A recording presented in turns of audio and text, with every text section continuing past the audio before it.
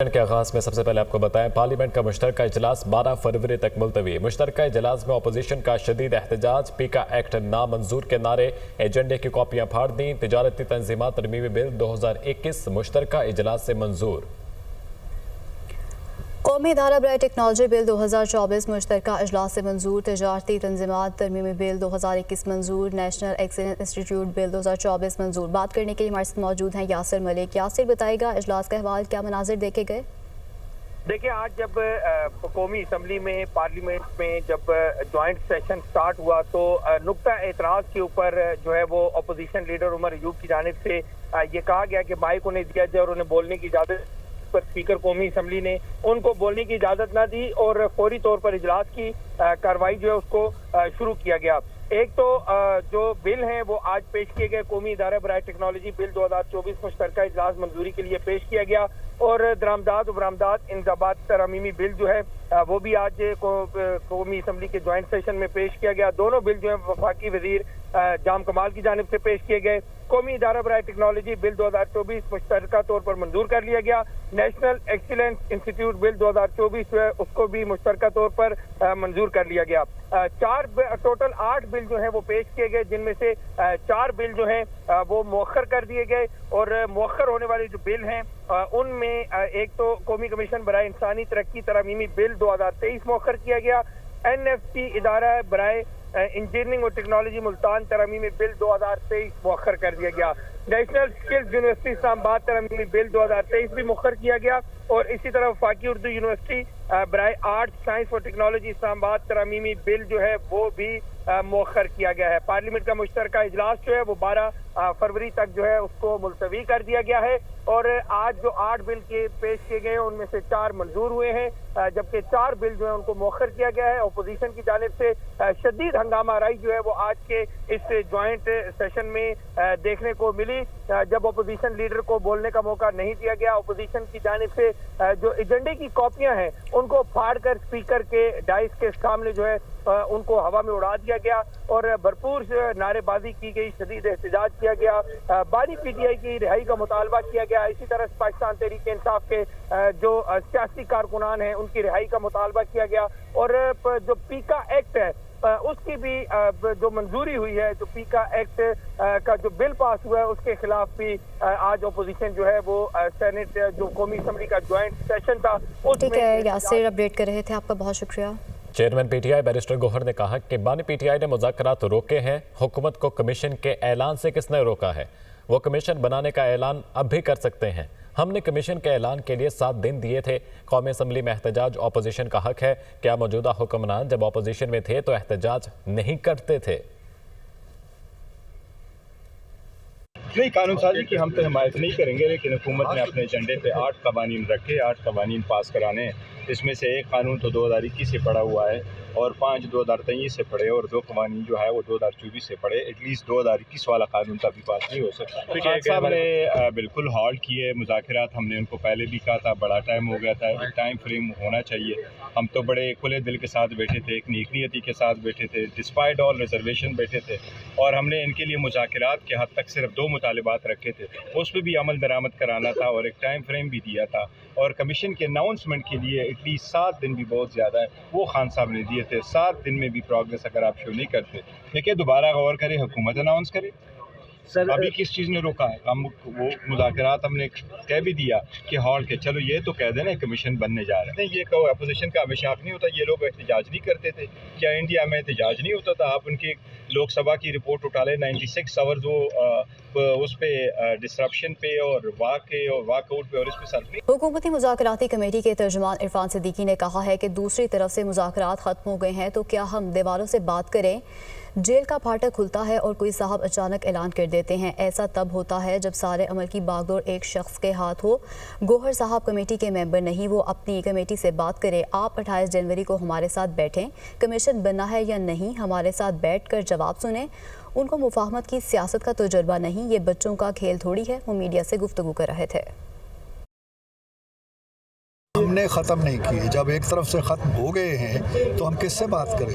हम उस कमरे में बैठ के दीवारों से बात करें। गौर साहब तो उस कमेटी के मेंबर नहीं हैं। ये अगर मगर से निकलें और जो बात तय हुई थी कि 7 वर्किंग डेज़ के बाद आए, 28 तारीख को बैठे हमारे साथ। अगर बैठना है, सुनना है हमारा जवाब, कमीशन बनना है नहीं बनना है, ये वहाँ बात होगी ना। अपनी कमेटी से कहें कि जो वादा आप लोगों ने किया था उसके मुताबिक जाके बैठो और हमारा जवाब सुनो। मुज़ाकरात के खेल से या मुज़ाकरात के जो आदाब हैं, जो करीने हैं, जो सलीके हैं, जो सब्र और तहम्मुल की ज़रूरत होती है, जो गिव एंड टेक की ज़रूरत होती है, जो अफ़ाम व तफ़हीम की ज़रूरत होती है, वो कभी उनके निसाब का हिस्सा नहीं रहे। मुफाहमत की सियासत का तजर्बा नहीं है उन्हें। नहीं, अब ये खेल थोड़ा ही है बच्चों का कि एक दिन आप कहें जी कि हम बात नहीं करते, दूसरे दिन कहें कि अगर ये हो जाए। सरबराह JUI मौलाना फजलुर रहमान को PTI रहनुमा असद कैसर का टेलीफोन मुल्क की मजमूई सियासी सूरत हाल पर तबादला ख्याल किया।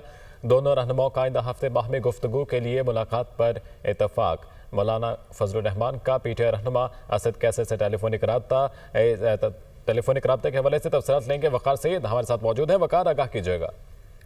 जी बिल्कुल, पाकिस्तान तहरीक इंसाफ ने हुकूमत से मुज़ाकराती की नाकामी के बाद जो अपोजिशन जमातें हैं उनसे दोबारा राब्तों का सिलसिला शुरू किया है और अपोजिशन की जितनी भी आवाज़ें हैं, जिसमें शाहिद हकान अब्बासी हैं, सीनियर सियासतदान मुस्तफ़ा नवाज खोकर हैं, उनको भी अपोजिशन इत्तेहाद में जो है वो शामिल किया गया है। और अब जो पाकिस्तान तहरीक इंसाफ के जो सीनियर रहनुमा है असद कैसर, उनका राब्ता हुआ है मौलाना फजलुर रहमान के साथ। जो ज़राए हैं वो ये बता रहे हैं कि इस मुलाकात में मजमूई तौर पर मुल्क की जो सियासी सूरत हाल है उस पर बातचीत हुई, जबकि इस बात पर भी इत्तेफाक किया गया है कि जो आइंदा हफ्ता है उसके रवां यानी पीर मंगल के दिन जो है वो बाकायदा तौर पर पाकिस्तान तहरीक इंसाफ का जो वफ्द है वो मुलाकात के लिए मौलाना फजलुर रहमान के रिहाइश का जाएगा और वहाँ पर जो मुस्तकबिल का लायामल है वो भी तय किया जाएगा। और जरा ये भी बता रहे हैं कि हो सकता है कि पाकिस्तान तहरीक इंसाफ और इसकी जो दीगर अपोजिशन इत्तेहादी जमातें हैं वो बाकायदा तौर पर मौलाना फजलुर रहमान को जो अपोजिशन अलायंस है तहफ़्फ़ुज़ आईन पाकिस्तान, उसमें शमूलियत की जो है वो दावत भी है। काम ये मुलाकात इस हवाले से भी अहम है क्योंकि पाकिस्तान तहरीक इंसाफ ने जो हुकूमत के साथ मुज़ाकरात हैं वो ख़त्म कर दिए हैं और उसके बाद अब उन्होंने जो बानी PTI उसके हिदायत के मुताबिक जो दीगर सियासी जो अपोजिशन जमातें हैं उनसे राब्ते शुरू किए और इस ज़मन में क्योंकि जमीयत उलमा इस्लाम पे जो है वो पाकिस्तान तहरीक इंसाफ के बाद जो है वो पार्लियामान की दूसरी बड़ी सियासी पार्लियामानी जमात है, इस ज़मन में उनसे राब्ता किया गया है। वकार, बहुत शुक्रिया। सहाफ़ती तंजीमों की ज्वाइंट एक्शन कमेटी ने PICA एक्ट के तरमीम का बिल मुस्तरद कर दिया। बिल के खिलाफ अदालत जाने और एहतजाजी तहरीक शुरू करने का ऐलान भी कर दिया गया।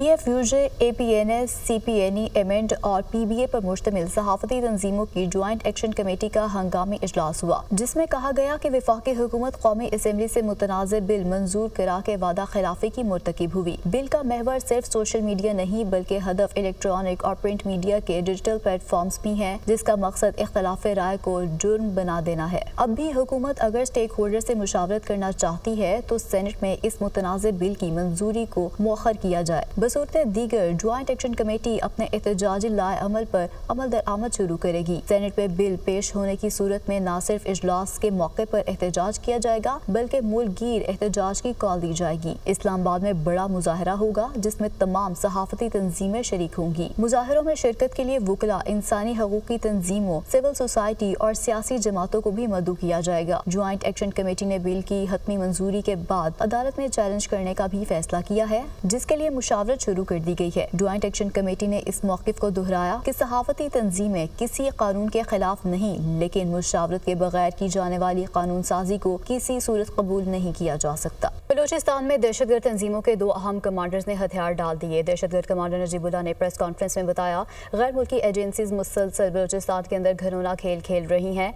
पहाड़ों पर रूपोश अफराद को कहता हूँ, गैर मुल्कियों के आलाकार ना बने। पहाड़ों पर रहने वाले नामनहाद जंगजुओं को 2 वक्त की रोटी भी मुयसर नहीं।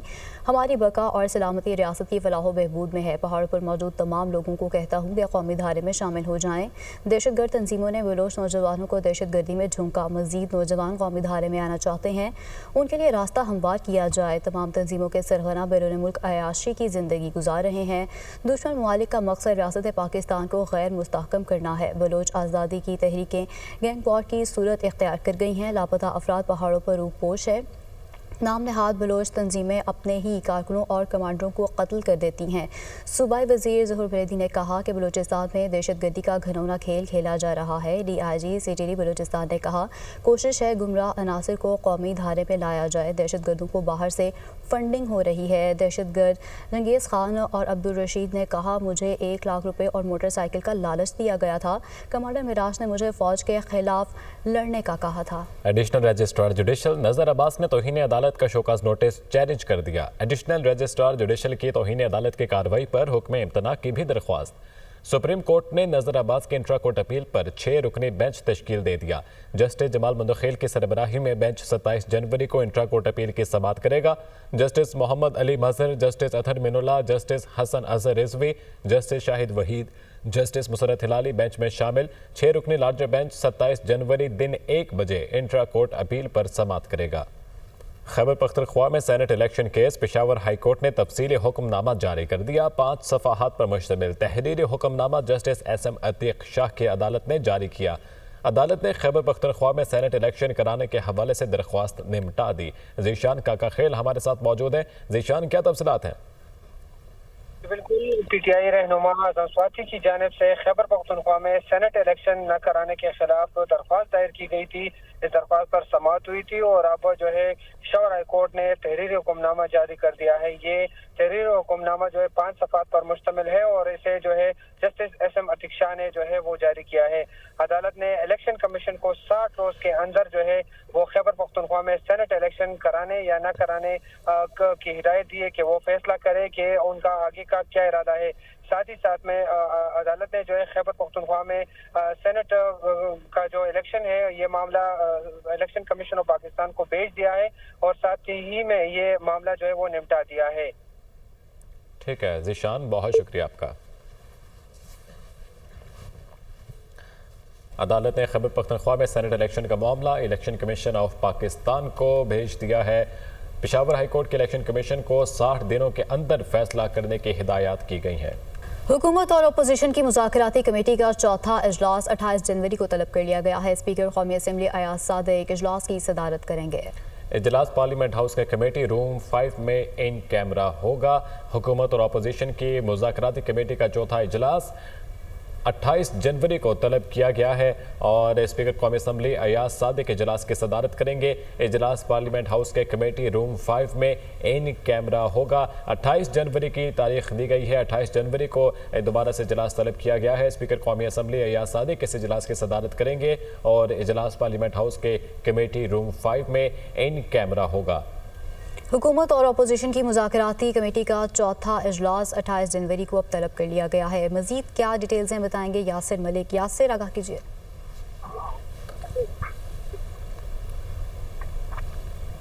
यासिर, आप हमें सुन पा रहे हैं तो बताइएगा कि हुकूमत और अपोजिशन की मुज़ाकराती कमेटी का जो चौथा इजलास है वो 28 जनवरी को तलब कर लिया गया है। इस हवाले से क्या तफसीलात हैं आपके पास? स्पीकर कौमी असम्बली सरदार अयाज सादिक ने मुज़ाकराती कमेटियों का इजलास जो है वो 28 जनवरी को तलब कर लिया है और ये इजलास जो है मुज़ाकराती कमेटियों का ये चौथा इजलास होगा। इजलास जो है वो दिन 11:45 पर पार्लियामेंट हाउस के कमेटी रूम नंबर 5 में होगा और इजलास की जो सदारत है वो स्पीकर कौमी असम्बली सरदार अयाज सादिक करेंगे। और ये जो चौथा इजलास होगा इसमें हुकूमत जो है वो पाकिस्तान तहरीक इंसाफ की जानिब से जो मुतालबात तहरीरी तौर पर पेश किए गए थे उनका तहरीरी तौर पर जवाब देगी। जी, बहुत शुक्रिया यासिर, अपडेट कर रहे थे।